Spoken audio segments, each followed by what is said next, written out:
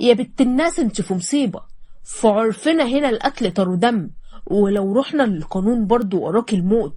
اعقلي وقولي قتلتيه ليه وانا هساعدك، عشان تعرفوا ان الدنيا دي غدارة، وان اقرب الناس ليك ممكن يكون هو اول حد بيغرز السكينة في ظهرك. لكن قبل ما احكي بدعوكم تعملوا لايك للفيديو واشتراك للقناة، وياريت تفعلوا الجرس عشان يوصل لكم كل جديد. عمرك شفت الدنيا وهي بتتهد فوق دماغك في أقل من دقيقة؟ أنا شفتها في عينين عم حكيم وهو واقف على باب الأوضة، والنظرة اللي فيهم كانت كفيلة إنها تحرقني وأنا واقف مكاني. لساني كان مربوط وعقلي مش مستوعب الكارثة اللي أنا فيها. على السرير جنبي كانت شروق بنت عمي، متغطية بملاية وبتترعش زي الفرخة المبلولة، وعينيها كلها رعب ودموع، وعلى الملاية البيضة بقع الدم شاهدة على فضيحة هتفضل محفورة في تاريخ عيلتنا ليوم الدين. صرختها اللي صحتني وصحت البيت كله لسه بترن في وداني لحد النهاردة، وصوت أبوها وهو بيزعق وبيلم الخدم والغفر عشان يداروا على المصيبة كان عامل زي طبول الحرب اللي بتعلن عن بداية نهاية كل حاجة. كل ده حصل في ليلة واحدة، لكن عشان تفهموا ايه اللي وصلني للمصيبة دي لازم ارجع بيكم لأول الحكاية، للحظة اللي دخلت فيها غنوة حياتي وقلبتها فوقاني تحتاني. كان يوم زي أي يوم في مكتبي اللي ورثته عن أبويا الله يرحمه. كنت نوح الحاكم، نائب الدايرة وكبير البلد، والكلمة اللي تطلع مني تمشي على أكبر شنب. كنت خلصت شغل ومصدع وهموم الدنيا راكبة دماغي، وما كنتش طايق نفسي. دخل عليا نجاتي دراع اليمين وشوال الغباء المتحرك، وقال لي بصوت واطي: يا نحبيه يا نحبيه، فاضل بس مشكلة البت اللي قتلت جوزها ليلة دخلتهم، أهلها وأهل المرحوم بره وشايطين في بعض.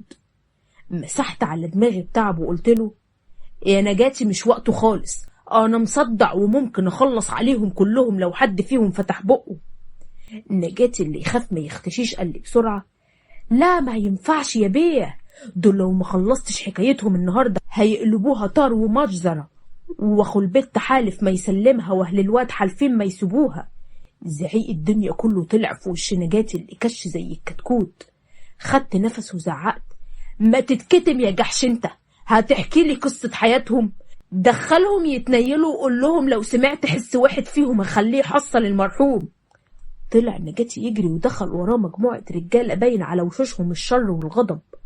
اتقدم واحد فيهم شاب كده في الثلاثينات وقال لي بهدوء: مساء الخير جنابك، أنا حميد الجزار أخو غنوة. لسه هرد راح نجاتي همس في ودني: غنوة دي يبيع تبقى البنية اللي قتلت جوزها. وبصيت لباقي الرجالة وقلت: ومين أهل المتوفي؟ وقف راجل كبير في الخمسينات وشه كله غل وباين عليه إنه مش هيسيب حق ابنه، وقال لي: أنا حسنين الشافعي، والد حسن الله يرحمه. نجاتي كالعادة لازم يحط التاتش بتاعه، وهمس تاني وقال لي: حسن ده يبقى الجتيل جنابك. كنت خلاص هقوم ارزعه قلمين يفوقوه. بصيت له بغيظ وقلت له: ما تيجي تقعد مكاني يا نجاتي وتخلصنا. رجعنا للقضية تاني. حسنين حكى ان ابنه حسن اتجوز اللي ما تتسمى غنوة، وبعد ساعة واحدة بس من دخلتهم طلعت وقتلته. بيقول انها اكيد كانت عاملة وخافت تتفضح فخلصت عليه. كلامه كان استفز حميد اخوها اللي كان هينط في كرشه ويقطعه بسنانه، وقال بصوت عالي: اخرس قطع لسانك، انا اختي اشرف من الشرف. كنت هضحك على كلمة حسنين، يعني لو هو اللي عرف عنها حاجة وحشة المفروض ان هو اللي يقتلها مش العكس. بس مسكت نفسي وقلت لحميد يستنى، وبصيت لحسنين وقلت له: يا حسنين ولدك الله يرحمه كان بتاع خمرة وسوابق، يمكن يكون عندها سبب يخليها تعمل كده. بس حسنين كان مصمم ان ابنه بريء، وان مفيش عريس في الدنيا يزعل عروسته ليلة الدخلة. كلامه كان منطقي برضه، بس انا كراجل قانون قبل ما اكون كبير البلد لازم اسمع من كل الاطراف. التفت لحميد وسألته: اختك قالت قتلته ليه؟ حميد اتنهد بحسرة وقال لي: ما قالتش جنابك، ما بتتكلمش خالص، كل اللي قالته انها جاهزة لأي حاجة، بس ما حدش يلمسني. وانا بقول لك اهو يا بيه، انا قدامك ياخدوا روحي قصاد روح ولدهم، لكن اختي ما حدش هيلمس شعرة منها. هنا حسنين قام تاني زي الديك اللي بينفش ريشه وقال: لا وألف لا، أنا عايز اللي حرمتني من ضنايا. وكانوا هيقوموا يمسكوا في بعض تاني لولا زعيقي اللي رجع كل واحد مكانه. قلت بهدوء عشان أحل الموقف: طب أنا قبل ما أحكم في أي حاجة لازم أشوف البنت دي وأسمع منها، يمكن عندها سبب محدش فيكو يعرفه. حميد بصلي بدهشة: عايز تقابل غنوة؟ بصيت له بتحذير وبصيت لحسنين ورجالته وقلت: ليه؟ عندك مانع؟ هو في حد يقدر يتجرأ على ضف حمايتي؟ الكل سكت وبان على وشوشهم الخوف.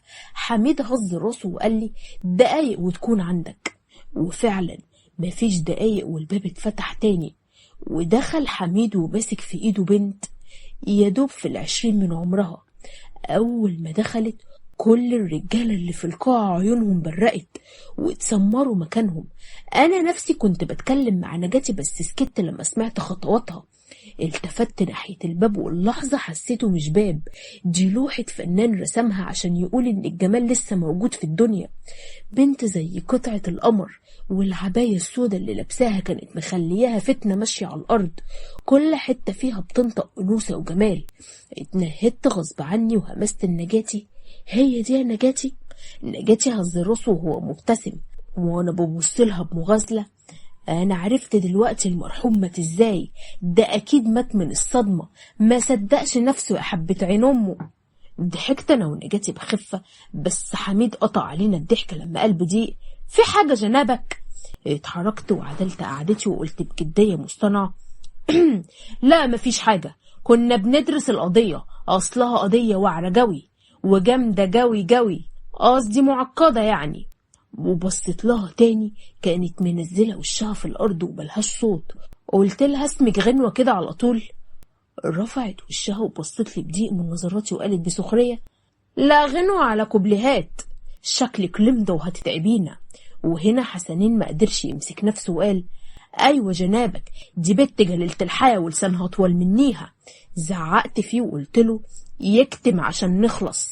ورجعت بصيت لغنوة وقلت لها بجدية: قتلتي جوزك ليه يا بت؟ اتكلمي وخلصينا. ردت عليا ببرود وثقة عمري ما شفتهم في واحدة في موقفها. بيتهيألي اخويا قالك ان مش هتكلم وما هتكلمش واصل.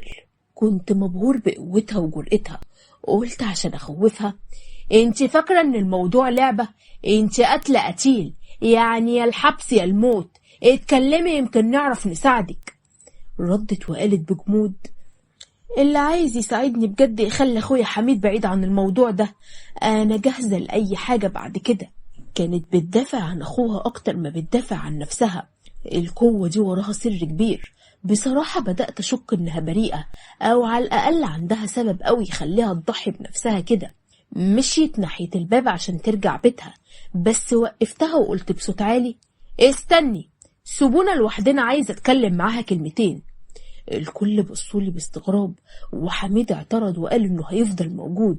ضحكت بسخرية وقلت له: ليه؟ لا تكون مش مديني الامان وانت في داري يا حميد. اتحرك وسكت وكلهم خرجوا وسابوني انا وهي لوحدنا. قربت منها وقلت بجدية: يا بنت الناس انت في مصيبة، في عرفنا هنا القتل طار ودم، ولو رحنا للقانون برضو وراك الموت، اعقلي وقولي قتلتيه ليه وانا هساعدك. قالت بضيق: يا بيه انا قتله وقتلت من غير سبب، وانت نايب الدايرة وكبير البلد، وواجبك تسلمني ليهم، وواجبك تحمي اخويا وما تخليش حد غيري يتعاقب. غيظ الدنيا كله كان فيا. قلت وانا متعصب: ما انا عايزه اتاكد ان اللي بيتعاقب هو الفاعل الصح. افرضي عقلك مهفوف وقتلتيه من غير سبب، برضه حرام اسلمك للموت. لسه هتتحرك قلت بسرعه: يبقى شك في محله. بصيت لي باستغراب، قربت من عينيها وقلت بقوه: الموضوع في عرض، اكيد كنت مقضياها مع حد قبل الجواز، ولما جوزك كشفك ليلة الدخلة حاول يقتلك فسبقتيه، ده الموضوع الوحيد اللي يخلي واحدة زيك تسكت حتى لو هتموت. اتصدمت من كلامي، بس السخرية اللي كانت في عينيها محيراني. كأنك كنت معانا يا سبحان الله. كلامها كان بيستفزني، بس كنت لازم اعرف الحقيقة. قلت وانا مصمم: تمام، هعتبر كلامك جد، مين بقى صاحب الشيلة دي؟ بصت لي باستغراب وقالت: ومالك وماله بقى، اهو واحد وخلاص. قلت بسرعة: لا يا حلتها، لازم اعرف عشان اتأكد انك ما بتضحكيش عليا. اتنهدت بخفة وما بقتش عارفة ترد، بس فجأة ابتسمت بخبث وقالت كلمة وقعت على وداني زي الصعقة: سند اخوك هو اللي كنت معاه، تقدر تسأله كمان. للحظة حسيت ان الارض بتدور بيا، بصيت لها بدهشة شديدة واتجمدت مكاني. معقولة سند يعمل كده؟ لا مستحيل. فقت لنفسي وضحكت بسخرية وقلت: سند اخوي، كويس انك عرفتيني. وناديت بصوت عالي: يا نجاتي، خلي الرجالة يدخلوا، انا خلاص سمعت منيها. ارتبكت وبان على وشها القلق. انا كنت عارف انها بتكذب، بس ليه اختارت سند بالذات؟ دي لعبة خطيرة جوي اللي بتلعبها دي. الرجالة دخلوا وهم مستنيين حكمي. خدت نفس عميق وقلت: شوفوا يا رجالة، القضية دي حيرتني. البنية برضو مش عايزة تتكلم، يمكن مصدومة او خايفة. غنوة بصت لي بدهشة وانا ابتسمت لها بخبث وكملت: وعشان كده انا ما اقدرش احكم في حاجة ما اعرفهاش. قدامكم حل من الاتنين: يا تسلموا الموضوع للحكومة تحقق فيه، او... وقبل ما اتكلم حسنين ضرب بعصايته في الارض وقال بغضب: لا يا عمدة، ده دم ولدي والحكومة ما هتتدخلش فيه. قمت انا كمان وضربت بعصايتي وقلت بغضب: وانا كمان ما اقبلش اسلم واحدة من غير ما اسمعها. ربنا يسألني عن دمها اقول له ايه؟ اسمع يا حسنين، يا تسيب الموضوع للحكومة، يا اما تستنى عليها اسبوعين 3. لو ما اتكلمتش وعد مني انا اللي هسلمها ليك بايدي. حسنين بصلي بضيق، بس في الاخر وافق على مضض ومشي هو ورجالته. حميد ابتسم بسعادة وشكرني، بس انا قطعته وقلت: اسمع، اختك دي لو فضلت في بيتكم حسنين مش هيسيبها في حالها وممكن يغدر بيها، عشان كده هتفضل هنا معايا الاسبوعين دول وانا هنطقها بمعرفتي. حميد وغنوة بصوا لبعض بصدمة. حميد قال بغضب مكتوب: اسيبها لك كيف يعني يا عمدة؟ دي بنت صبية تقعد هنا وسط رجالة. ابتسمت بسخرية وقلت: انت سايبها في حمنوح الحاكم ومع اهل بيته، مش في الشارع عشان تخاف عليها. وبعدين ما تتخيلش ان حسنين هيسكت، لو خرجت من هنا هتتقتل، وساعتها ما اقدرش اعمل لك حاجة. غنوة ردت بغضب وقالت: يعملوا اللي يعملوه، هي موتة ولا اكتر. ضحكت بسخرية وقلت وانا ببص لها: معلش، تعالي على نفسك حبتين. حميد كان مصمم يرفض وقال ان كلام الناس مش هيرحمهم. قلت وانا بفكر في حل: الناس هنقول لهم انها جاية في شغل بتعمل جلسات علاج طبيعي لشروق بنت عمي، اما اهلك هتقول لهم ان جناب النائب طلبها تبقى من العيلة. بصيلي باستغراب وصدمته زادت لما قلت بثقة: هتبقى مرات اخوي سند. الكلمة نزلت عليهم كلهم زي القنبلة. غنوة كانت هتقع من طولها وحميد مش فاهم حاجة.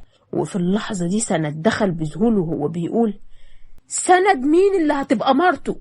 ابتسمت بمكر وانا ببص لغنوة وقلت: حتى العريس جه على ذكره. نقرا الفاتحة ولا نشرب الشربات الأول؟ الدنيا اتقلبت. سند كان هيتجنن وغنوة بتلطم، واخوها حميد واقف زي الأطرش في الزفة.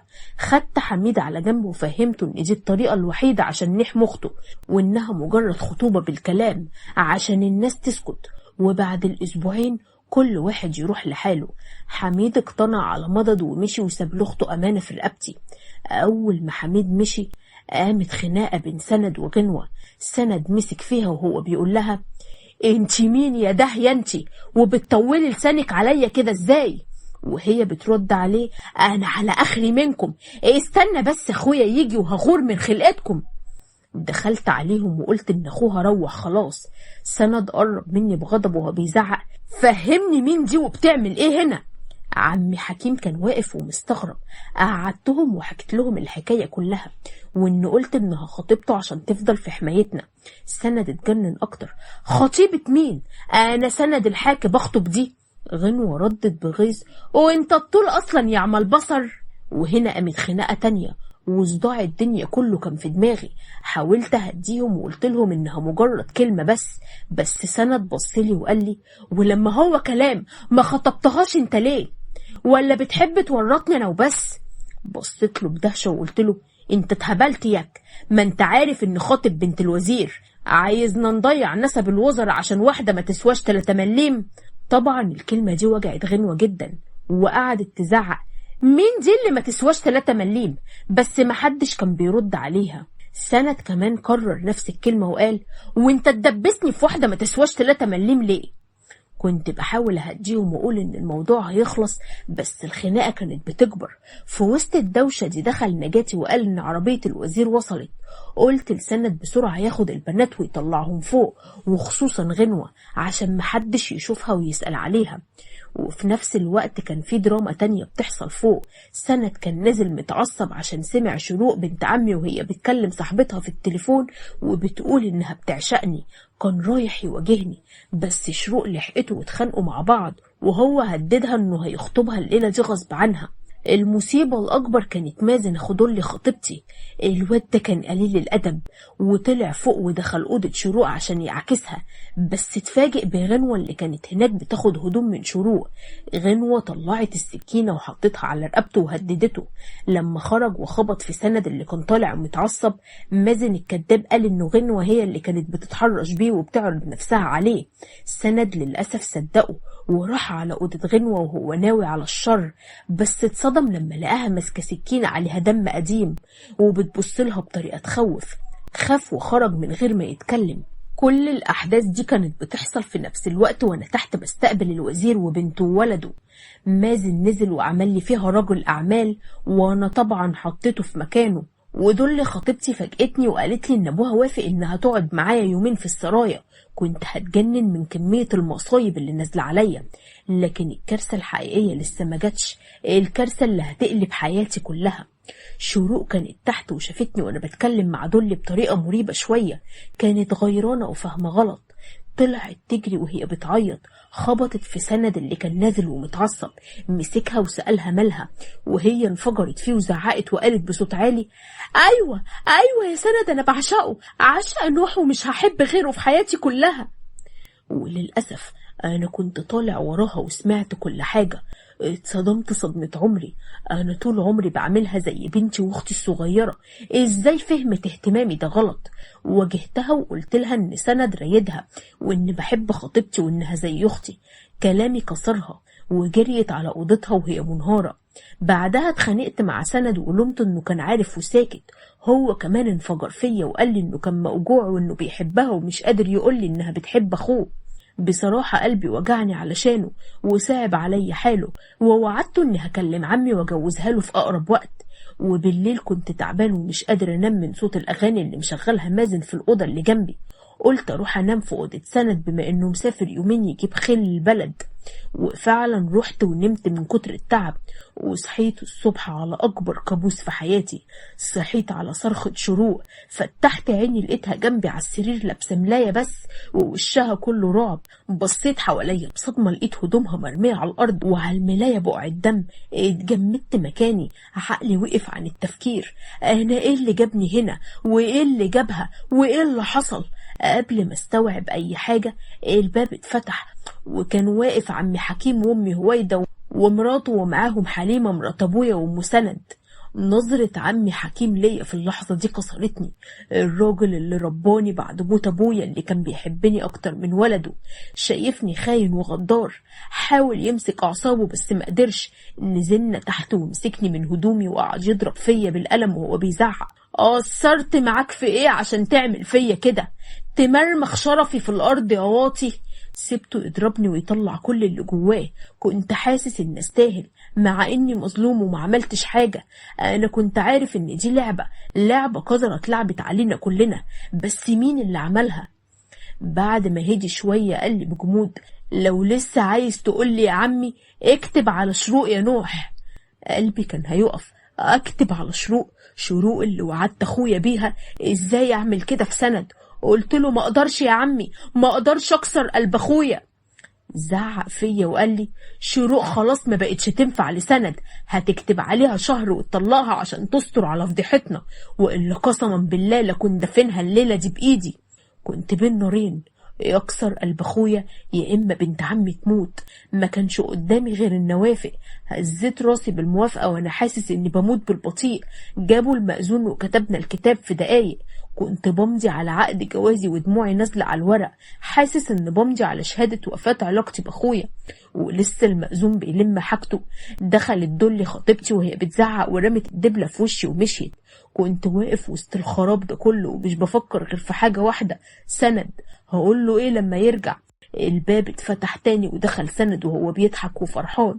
رجع من السفر وبيقول لي: وحشتني يا ولد ابوي. وشاف المأذون وهو طالع افتكر ان كنا بنحدد ميعاد جوازه هو وشروق. جري عليا وحضني وهو بيقول لي: والله وفيت بوعدك يا اخوي. ما كنتش قادر انطق، لساني اتشل. عمي حكيم هو اللي بص لسند وقال له الحقيقة المرة: المأذون كان هنا عشان كتبنا كتاب شروق على نوح أخوك، والدخلة بكرة. سند فضل يبصلنا وهو مش مستوعب. للحظة افتكرته بيهزر، بس لما شاف الدموع في عيني فهم الصدمة اللي كانت أقوى من إنه يستحملها. رجع لورا خطوتين ووقع من طوله مغمى عليه، بس فاق إنسان تاني. الحب اللي كان في قلبه تحول لكره وغل. بصلي وقال لي بجمود: ما بقاش عندي اخوات، واللي بيني وبينك من النهارده نار مش هتطفي. يوم الفرح او بمعنى اصح يوم الميتم بتاعي البلد كلها كانت معزومة.